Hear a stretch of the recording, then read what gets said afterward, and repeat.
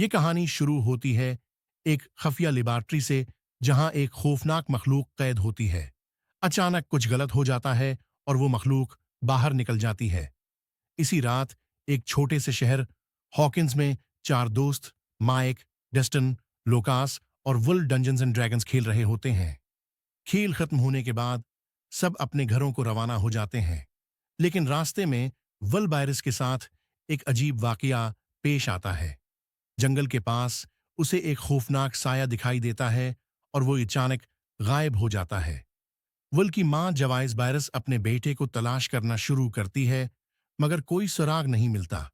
इसी दौरान शहर की पुलिस के चीफ जम होपर भी विल की गुमशुदगी की तफ्तीश शुरू कर देते हैं।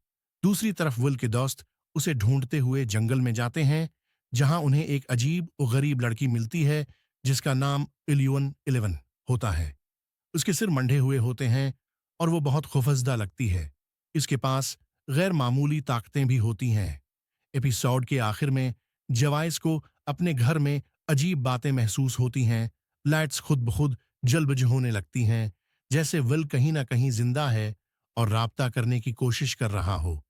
ये पहला एपिसोड एक प्रासरार, खौफनाक और जज्बाती कहानी की बुनियाद रखता है, जो आगे जाकर और भी खतरनाक हो जाती है।